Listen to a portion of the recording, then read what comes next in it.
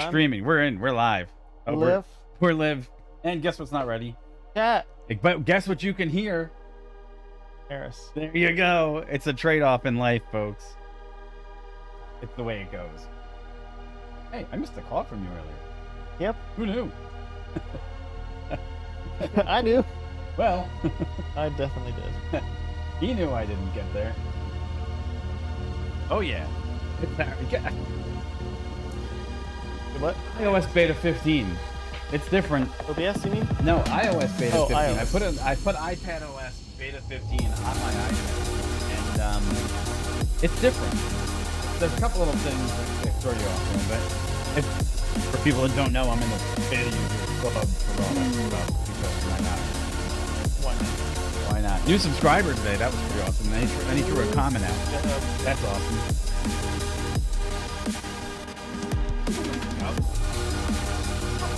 I don't know. How would you like to be called Gum? I don't know. I'd probably. Would you like to know more? Yeah. Yes, I would frown upon it greatly. We've got so much going on today. Including thunderstorms. Yeah, there's some thunderstorms in the area. You ready? I'm ready. Ah, the Harris Heller music ready? just kind of dipped out. We're gonna have to wait for that to come back. Is Harris ready?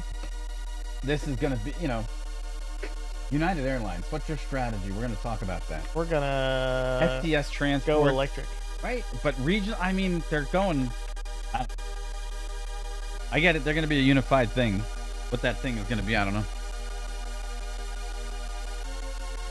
Get unified. We do that.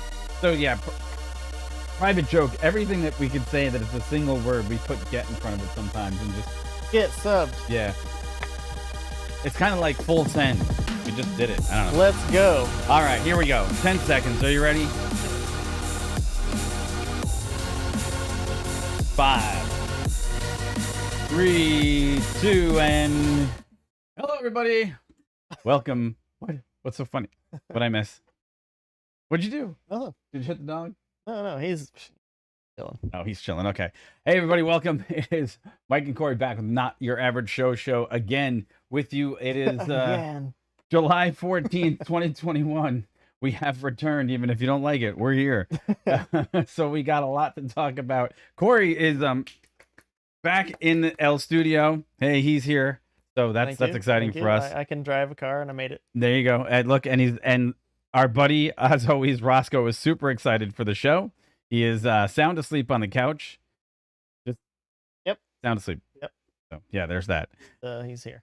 He is so excited. So yeah, we got lots to talk to you guys about. We got United Airlines loves Heart Aerospace, and if you guys remember the movie, what was it, Wall Street, Blue Horseshoe loves Anacott Steel. Well, there's some investment news there for people to take a look at. Number one.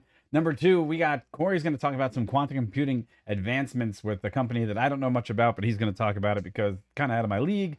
And then lastly, but not least, something near and dear to my heart, the Volkswagen GTI and R versions for 2020, which are not available in the United States of America yet, will drop at this year's Chicago Auto Show. And I just figured that was another time to take a drop in on what I am looking at as possibly my replacement to my 2015 Volkswagen GTI.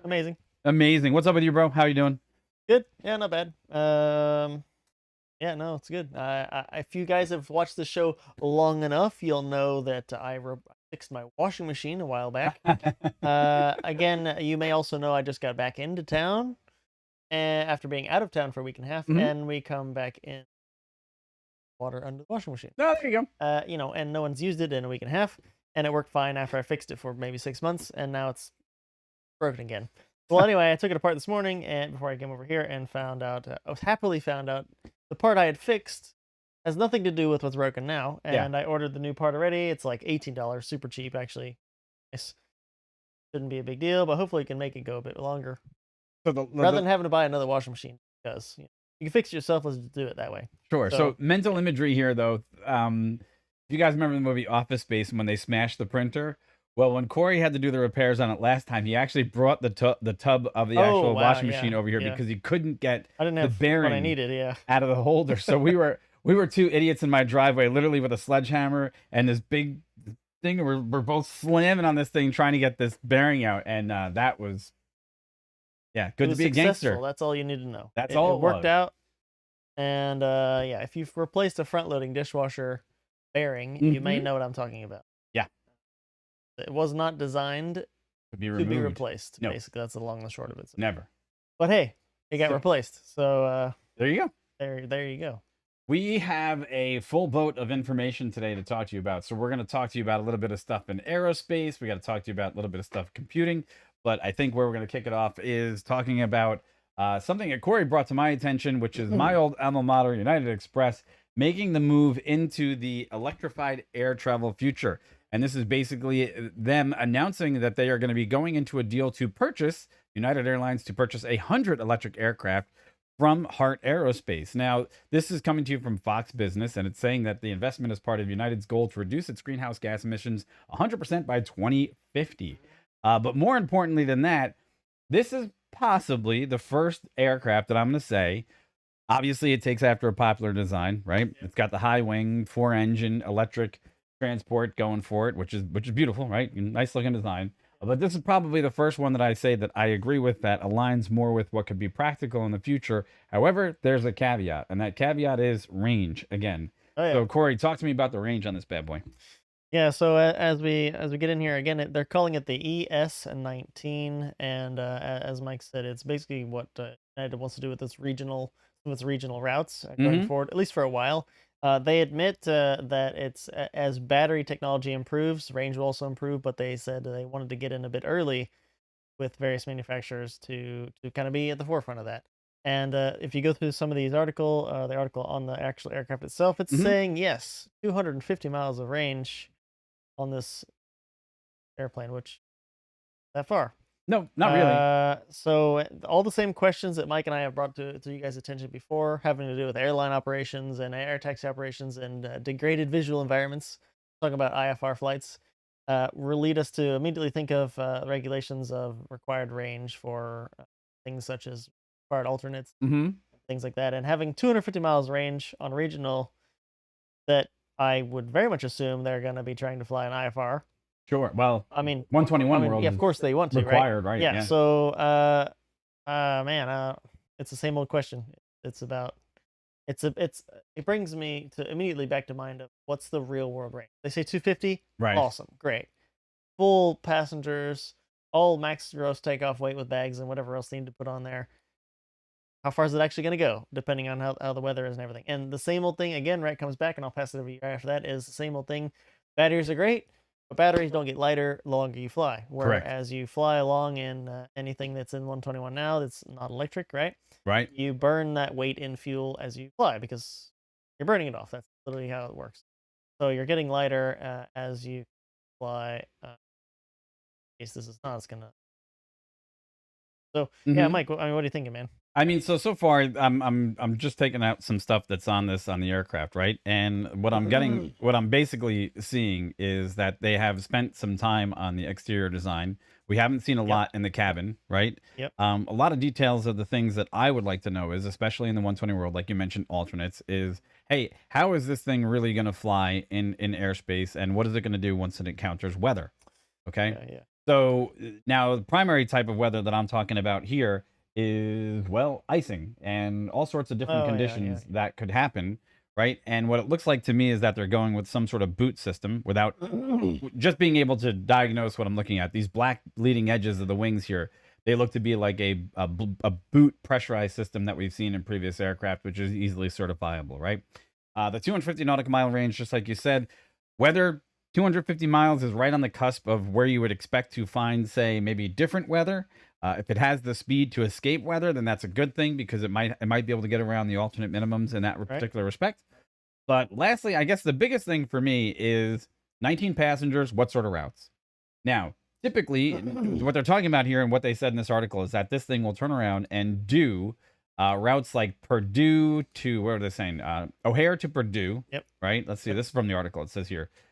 It says most operations will be the ES-19 will be able to fly out of 100 of United's regional routes, right? Yep. Most of the hubs, including O'Hare, Purdue, San Francisco International, Modesto, such like that. Okay, so here's the deal. I wonder how it's going to do in mountain flying, because that means Denver, which is one of their massive hubs, which a 19 seat plane might be stretching it, because mostly they do 50-seat operations in and out of some of these smaller airports. I'm wondering where it's going to fit in the marketplace. But if they're looking for that green impact of that goal of 2050, and making it that they can cut down emissions, when they say that only 0.5% of all flying will really be impacted by this and really make that green footprint like change. I'm a little skeptical of what it's going to really do to shift their role and how they're going to make this work for them. But as far as an investment now, Heart Aerospace, oh yeah, they look pretty sound on paper. Yep. Okay, they do look like they've put some time and energy into making this a thought out, or at least a well thought out enough aircraft that it will be able to fulfill the roles of what people expect. So, and just going along with that. So, what's your thoughts? Yeah, same. I mean, if you just peruse their website a bit, they look like they've got their stuff together. They have obviously have some pictures of some test bed equipment here for the engine nacelle on one of these pages on the career page. Mm-hmm. And they have a bunch of openings. A lot of them are in Gothenburg. Actually 4 pages of openings, so it seems like they're definitely doing a bunch of hiring. Mm-hmm. And of course, they've already signed on with United, so they got 100 aircraft. So it's something more. To another one of the things, we say this a lot, but it's things we're gonna follow and see what happens, see how it develops. Because a lot of times we talk about stuff that's brand new, right on the cutting edge of whatever it is. So again, I know we say that often, but we will keep up and try to see as we move forward. All the same things I just spoke about and Mike just spoke about in terms of hurdles of something that's going to try to operate in 121 world with 19 seats out of, as you said, possibly mountainous areas, and have a range of only 250 miles on paper. Yep. We have to see. Because I'm thinking of other things too, right? Which I'm thinking of things like onboard air conditioning, right? You're taxiing takeoff, right? The aircraft's nacelles, you don't need to have the electric propellers out there turning while you're taxiing if you're just waiting to take off, let's say.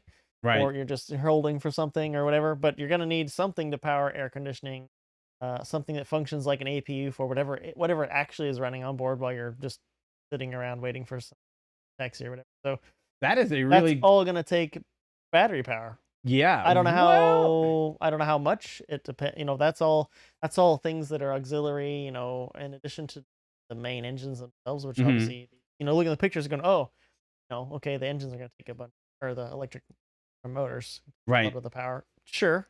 Well, there's other stuff that's got to run, and Mike talked about a lot. Icing. You just brought up talk about air conditioning, life support stuff. The interior looks nice. I mean, I don't know.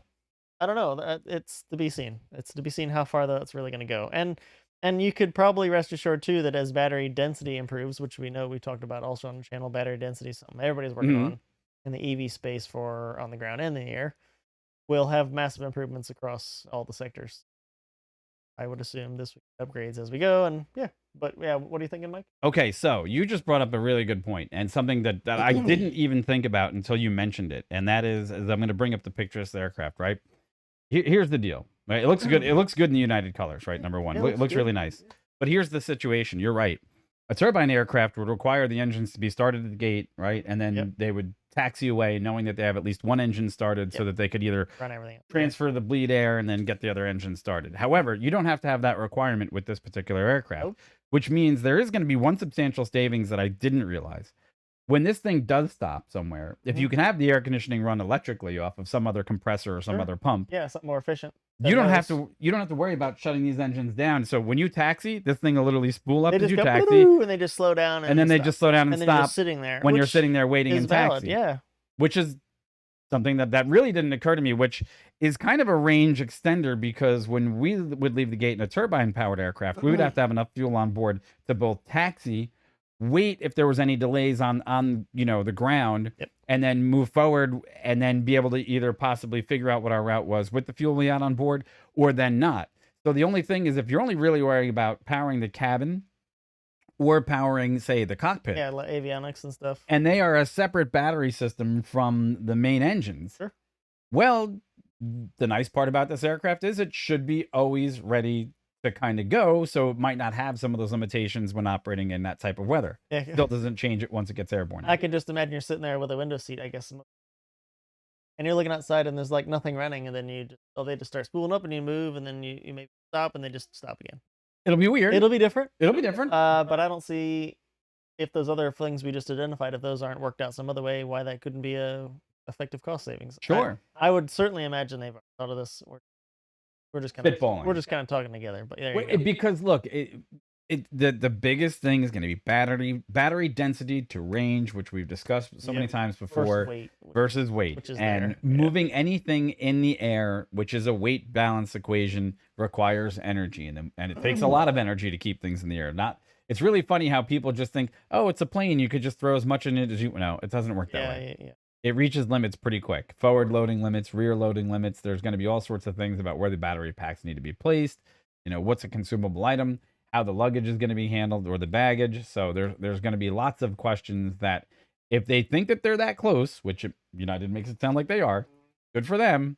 We got to see it work out on the actual specifications. Yep. And if you're not familiar with the design of aircraft, whether it's helicopters, airplanes, whatever it might be, the kind of rule of thumb is it needs to be super strong, Mm-hmm. super light, and you got to play a balance there.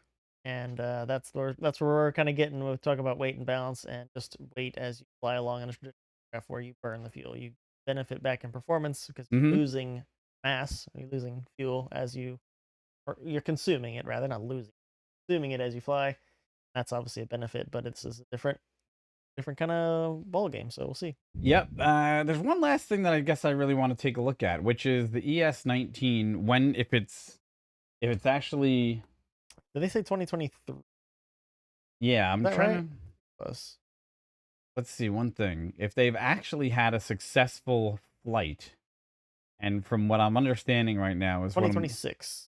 Okay, so what was that? 2026 is their first time they're going to go for so flight. So the aircraft the hasn't been certified yet, so there's still a lot of things that need to be worked out in the he said process. So fast track development to begin commercial service by 2026. Okay, so they got their work cut out for them. So hey, Yeah, who's also got their work cut out for them? We do. So help us cut out more work for us, and leave a comment in the description below, and let us know what you think about our take on what the ES-19 from Heart is, and what United's forward-looking policy on green aircraft could possibly do for the market and for the future of aviation. There you go. Yep. Help us out to help you out. Yep. All right, we got more coming to you, and this is going to be coming to you. Corey's going to speak about quantum computing on chip, racing for a revolution. Yep. So take it away, Corey. Okay, cool. So this one, I'll just kind of we'll do a little bit of a talk as we kind of get going, because we haven't talked about this before. But basically, this one, the title is Quantum Computing on a Chip: A Brace for a Revolution. So okay, we'll back up a second, and okay, what quantum computing? What? Mm-hmm. Okay, so you're probably watching our show on a phone, a tablet, maybe a laptop, a desktop, possibly TV, right?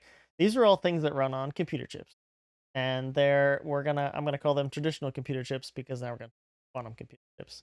And the idea is, in your computer or whatever device you're holding, right? There's electrons flying around through probably layers of silicone in a chip, and they're doing computations. And it's all done. There's actually a lot of things going on in there. Lots of components. It's amazing how small they get them if you kind of look at this stuff.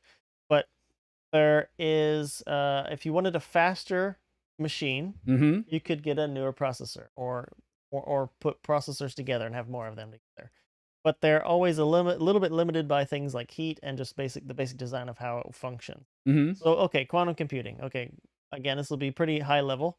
Go for it. I wouldn't claim to be an expert either, but just kind of talking about it. So quantum computing, the idea is that you can capture particles capture like electrons or something that can act like more than one, in more than one state at one time inside the computer. So if you know a little bit of computing, you'll know that there's things that are captured in binary, one's on or off, that kind of thing. Right. And there's always a limitation on how many of those computations you can have, because the thing you're talking about is either on or off. It's either 1 or 0. Well, the way the quantum computers can function, those the units we're talking about can be in multiple kind of states at one time. And that being the case, if you have more than one of them, which you're going to have as many as you can fit in there, then you can have each one in different states at one time, and then suddenly your computing power goes quite high. It's like so just so I can paraphrase this so people that are watching, right? Yeah, So sure. it's like taking quad core processors and layering them on top of them on top of them on top of them, putting multiple cores of processors in one embedded chip and then calling that your new CPU, correct? In a To a way, yeah. degree, right? In a But way, each yeah. one houses its own infrastructure, almost like a virtual machine operating in the same universe. Yeah, we're gonna we'll get that All to right. kind of what this article's talking about as Gotcha. well. All right. So Just so I'm not lost. yeah, so typically also what's been going on. So companies like IBM and Google even and some other ones you might have heard, company like Wave. There's companies that have been playing around with quantum computing for a while now. Hmm. And if you've seen diagrams, I don't know, maybe you can pull one up too. They're usually as has been the case with computing in the past as well. They quite large in the beginning, and then they try to get them to scale down, scale down. Much like the life of a transistor, Much almost. like much like the scale of traditional computer chips. Hmm. Right? Yeah, They're yeah, getting down 5 nanometers. They're getting pretty tiny. yeah. But going along with that, part of the way that we can get some level of accuracy and some level of dependability out of these quantum computers is they have to be all those little, as I said, those atoms or whatever, those things that we can use as qubits have to be stored super cold.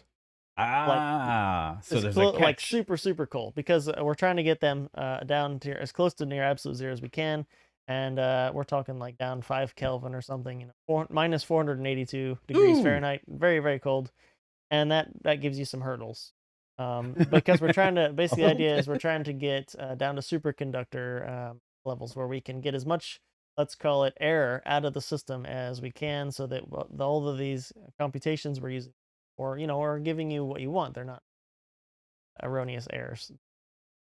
The nature of how the qubits work. Okay. Fast forward to what we're talking about here in this article here. This company is it's CQC, and they're basically saying that they've developed a computer chip that kind of can act as the in between typical qubits that are super cooled, cryo Hmm. cooled, and all of the current equipment that's needed to decipher and control the current cryo controlled computers that are currently being out there developed. Hmm. And they've also, in addition to that, they've kind of laid out a OS operating system that manufacturers and anybody who's kind of moving into this quantum computing space can use, and kind of be like a baseline. Everybody can talk the same language and really help the revolution speed up. In the same way, like if you said, okay, we developed our own operating system for some new computer, you'd be like, oh, that's great, but nobody else knows how to use it. But he said, oh, we built our new computer off of Linux. Like, oh, Huh. anybody who knows Linux can help us or develop their own off of what we've done. So this thing is called Delta Flow, Delta right? Flow OS. Is what Hmm. they're calling it, Delta Flow OS. That's their OS, and so they're obviously hoping that people can adopt to help speed up the quantum computer revolution by using this new OS. But also, this computer chip they developed is a system on chip, meaning that it's programmed in Delta Flow. Right, I'm saying that right. I'm not gonna mess it up, right? Delta Right. Flow, yeah, Delta Flow OS, and it can now be the interface bridge between your qubit system, wherever you store your very cold qubits, Hmm. and then all the equipment that has to be on the front end. Okay. And so that's kind of where they're going with their chip, their system on chip, and their OS, obviously. Right. And so So let me ask you a question. yeah, So basically, this Delta Flow OS is your front end. Your back end is these multiple core processors that are all sitting there together. And the way this thing comes together, then the layers that they're trying to do, they still have to worry about cooling. But overall, you're still seeing a 50% or what, 100% increase in the output of these things in the quantum in their they still they're saying, right? you still have to cool the qubit array Right. wherever the qubits are. That's all the same. But basically, they've layered like let's call it command code. You know Hmm. what I mean?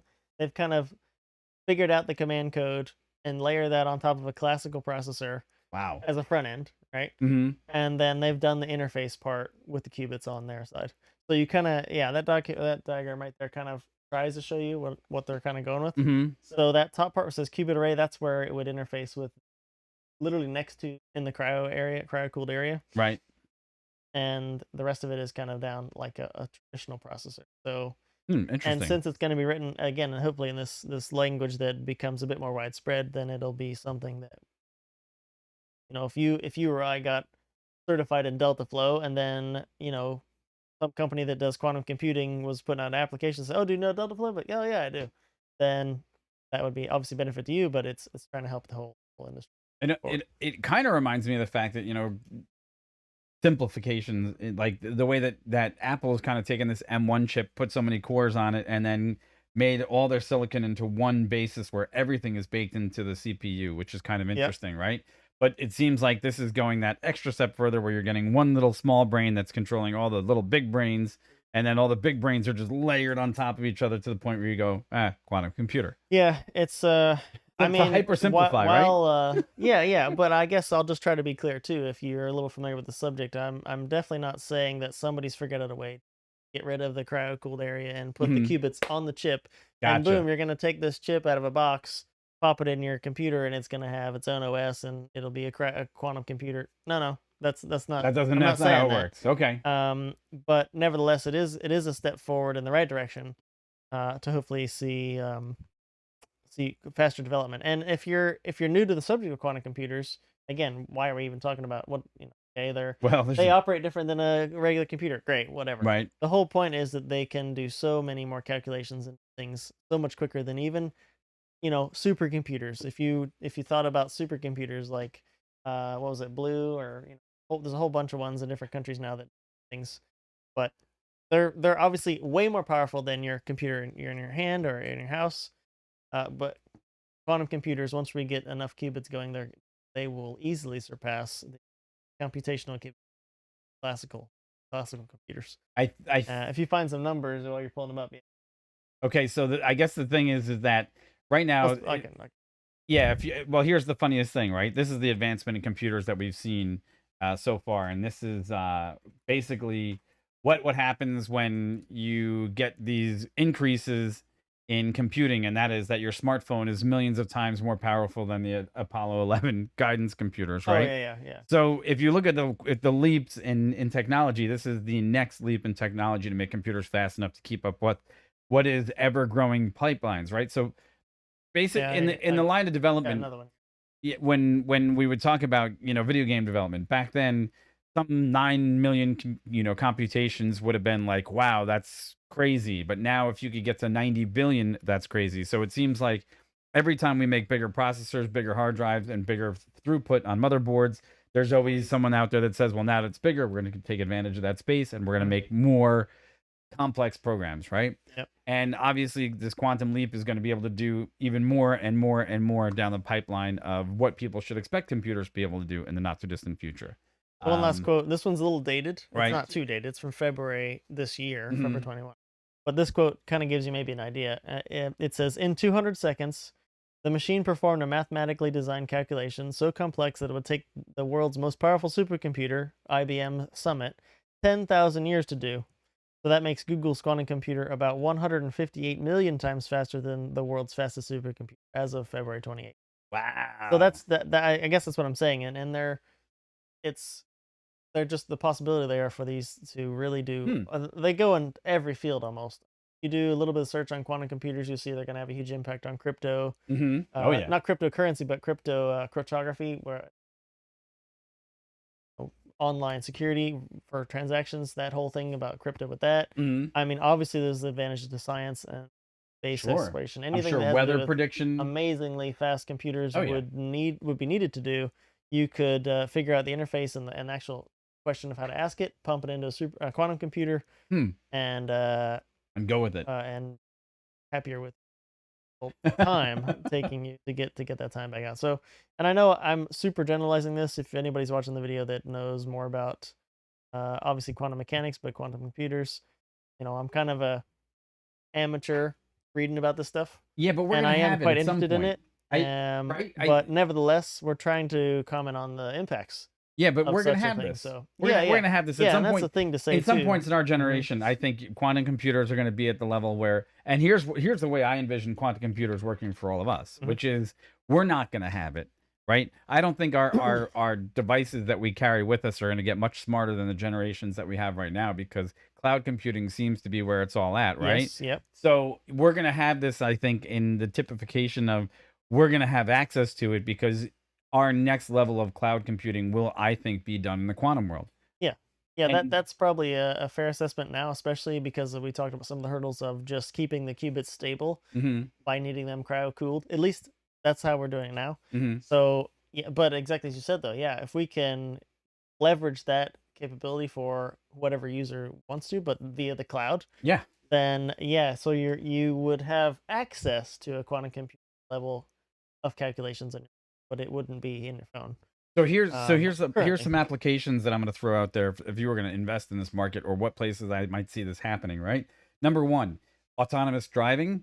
You know, it'd be different. You would have a very low level autonomous driving ability on your vehicle if you lost your connection to the cloud. However, when connected to the cloud with multiple cars operating on the same highway, I could see that being offhanded to that type of quantum computing. Also, in aerospace, right? You would still need to have sophisticated computers on board for any automated flying devices that are out there. However, to have them cloud connected and have it quantum compute, say, air traffic control or something in that nature, that to me sounds like it would be like a legitimate place where this would be a technology where it would be implemented, right?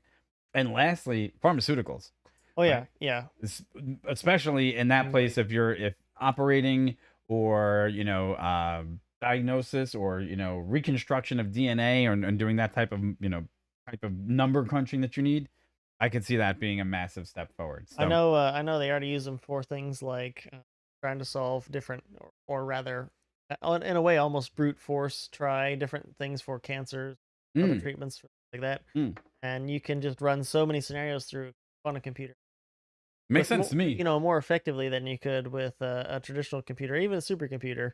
Um, it's as I say that, I also remember that I was involved with a program you could use on your own home computer Hmm.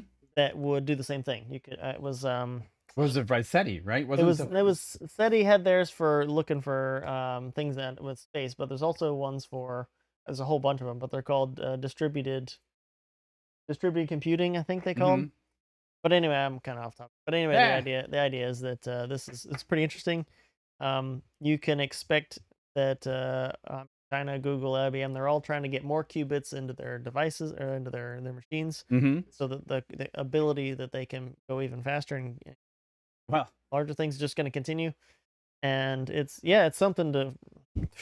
I I think mean, the U.S. yeah. military would love to have that as well. So Which that one? would be very interesting to see that they would have that ability to quantum compute at those levels. Oh yeah, oh yeah. So, hey, let's move on to a different subject, Yeah, and we'll take a comment here yeah, from David, yep, and sure. So thanks so much for listening to that about quantum computing. Please like, share, subscribe to the channel. Helps us out a whole bunch as we try to bring you a diverse amount of different topics, whether it's, obviously aviation, cars, tech. We like to.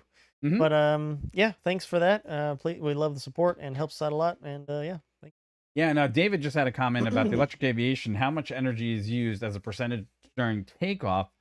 Lots, yes. Yes, And yeah. why don't they transfer the power of takeoff using runway buzzer bars, or tethers, or VTOL? Okay, well, here's the biggest one. Well, there's obviously infrastructure problems there Well, there's with the infrastructure airport itself. problems, number one, and secondly, major commercial airports in bad weather conditions have a tough time keeping runways clean and keeping debris off of them. And how they would transfer that, if it was buzz bars, I would almost venture to say that the Mm, next wave of technology there would be microwave beaming, because I know that they've been using that for a while in testing gliders. It's not exactly ready for prime time yet, but I could imagine that in the distant future, that's going to be one of the things that they might look at, as some sort of power transfer, not even during the takeoff phase, but probably during the long range of flight. Could be.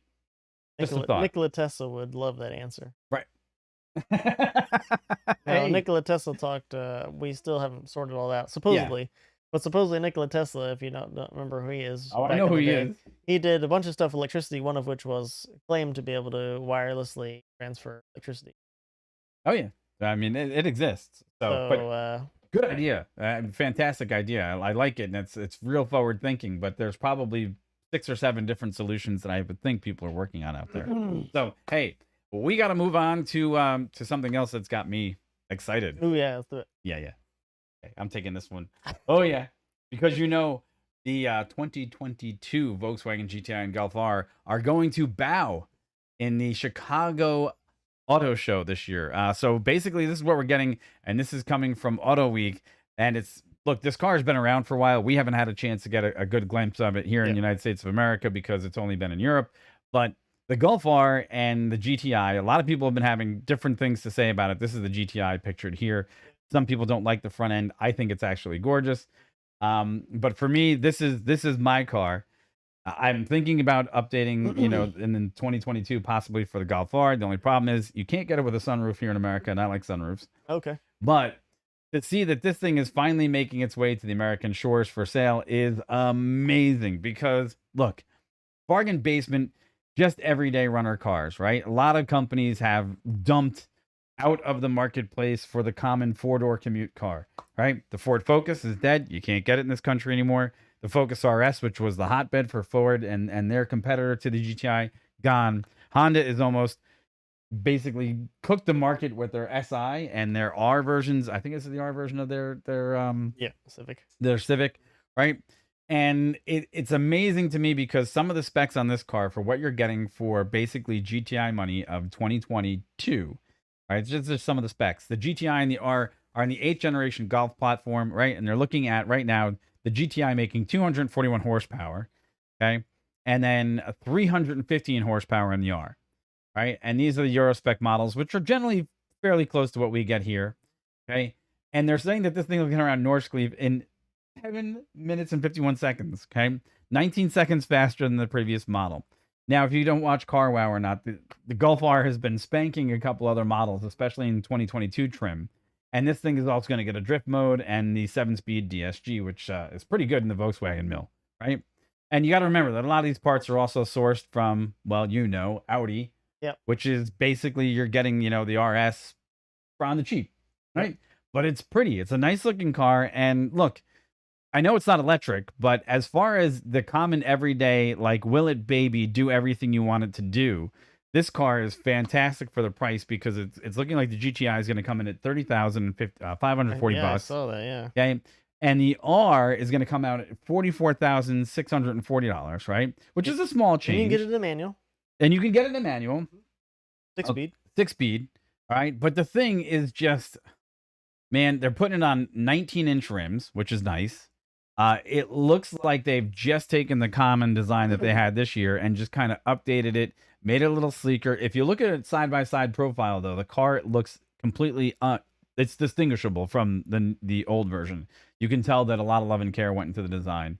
But this is, like, let's face it, it's the hot hatch, right? This is the car that pretty much brought the hot hatch to life. So, what would it take you to give up your Tesla Model 3 and get one of these? I mean, with me, I if you don't know, I had a Cobra Mustang before, so Yeah. I'm all about stuff like this. I mean, there's things I changed up. Obviously, I don't have any things, a lot of the maintenance things I would need to do with Hmm. any internal combustion car. I don't have that. I do have to ask myself too, like, what would I be wanting out of this car Hmm. that my Tesla can't do?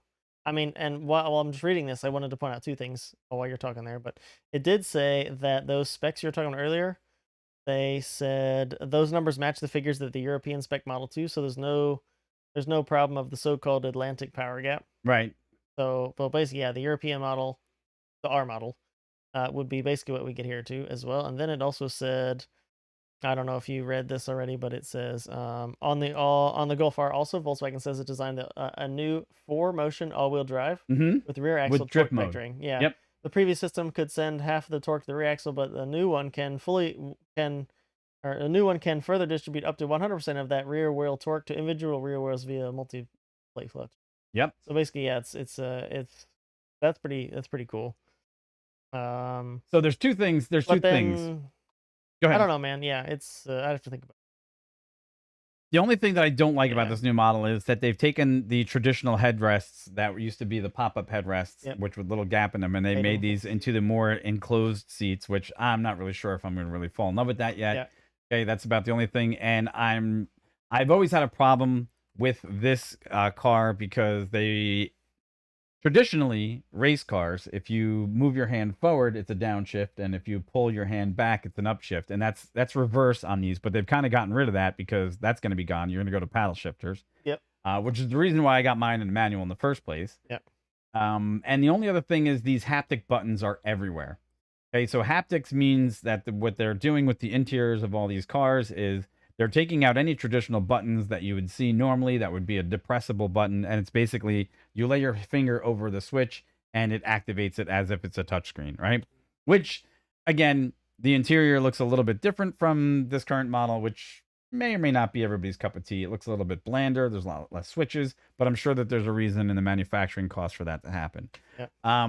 Overall, though, oh man, I know you like it. I mean, I think it's a seller, man. I think there's a lot there. I think for me, back to your question, I think for me, I would just end up getting like a Model 3 Performance or something if I needed more than I've got. Right. Other than I'll say if I had the disposable income to buy a classic, something from the 60s, Okay. I probably would do that because I like the 60s, good muscle cars in the 60s.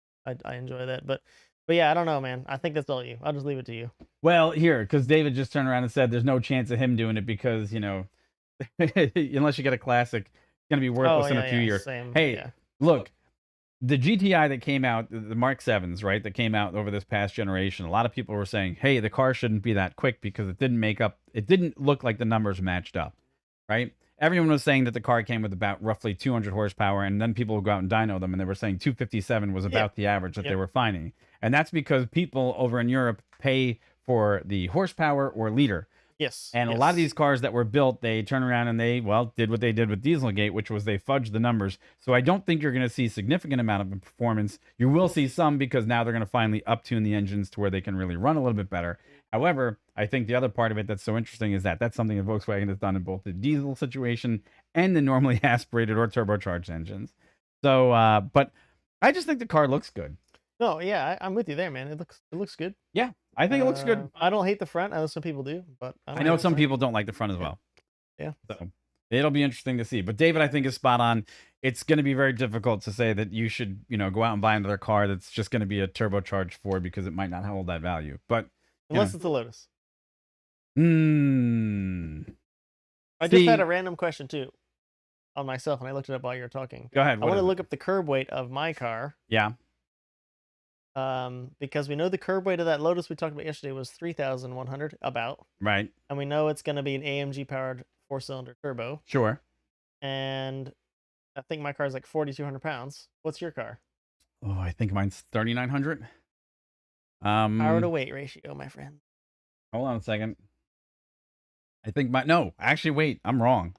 Way wrong. 3,133 pounds. Woo! See, now here's the funniest thing. They say that the horsepower in this car is 228, right, for this generation, which they're saying they're going to give it a bump of, roughly 20 some odd horsepower. But yeah, go try to find one of these that actually dynos at that number and then come back and talk to me, because technically my car does not feel like it has 228 horsepower in it, because it would not be as fast as a Focus ST, which I can tell you is faster than a Focus ST, and it shouldn't be on paper. This brings us back to our conversation we say often, which we might rectify soon. A possible thing between our cars. Okay, so because 4,200 pounds. Yes. With a 5-second 0 to 60, 5 something. Yeah. Isn't that basically what yours is? Yep. Okay. Yeah. So. Okay. So that brings me to. I don't know. What'd you do with it? I know. I don't know. We got so I picked up a new camera. I don't see it.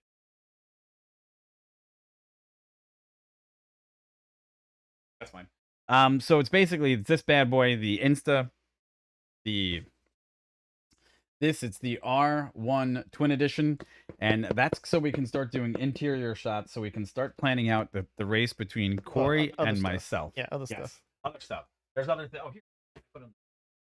So we were talking about it a little bit the other day, but there's going to be some really nice stuff that we can do with these cameras as we start to experiment with doing more shoots that are going to be for custom content just for the channel. So there's stuff in the works. And one of the first ones that we do have planned to actually just run through our routines and get everything together is going to be a race between, well, when we get a chance, because we have to find the place to actually get it to do it. Smartly, you know. Yeah, we're going to do it legitimately at a place where we're going to rent and, you know, get the track time and whatnot. Yeah, we're not. And yeah, we're going to race the 2 cars. So you can look forward to that, because I think I'm going to lose, but I might win. I don't know. Because his car goes 0 to 60 in 5.3. Mine goes 0 to 60 in 5.5. Right? And I think the only thing is he's not going to have to shift. I'm going to have to shift. So we'll see. Yeah, I got no traction to worry about and no shifting. So I just go. But we'll see. Anyhow. Yeah, anyhow. I will cry the loss we'll in my tears when it might happen. We'll see. But hey, we got a lot planned for you guys. But thanks for tuning in today. David, hey, thanks for the comments again. You guys know we'll do the same thing with this episode. We'll cut it up. We'll put the comment, you know, everything out there. And hey, leave us comments and what you think below, and let us know other things that we can look at for you. Uh-oh. So Brad comes in. Brad's a local. He I don't know. See, the problem is, Brad, if we have a spectator and then you know the answer before we get to put the episode up on the actual channel. I don't know. We'll let you know. We can't afford leaks. We're not sure. Oh, leaks. Wow. Wow. The race. Yeah. We got you. Hey, maybe you might get a special invite. We'll see. We shall see. Okay, guys. Thanks, everybody, for tuning in. We appreciate your time.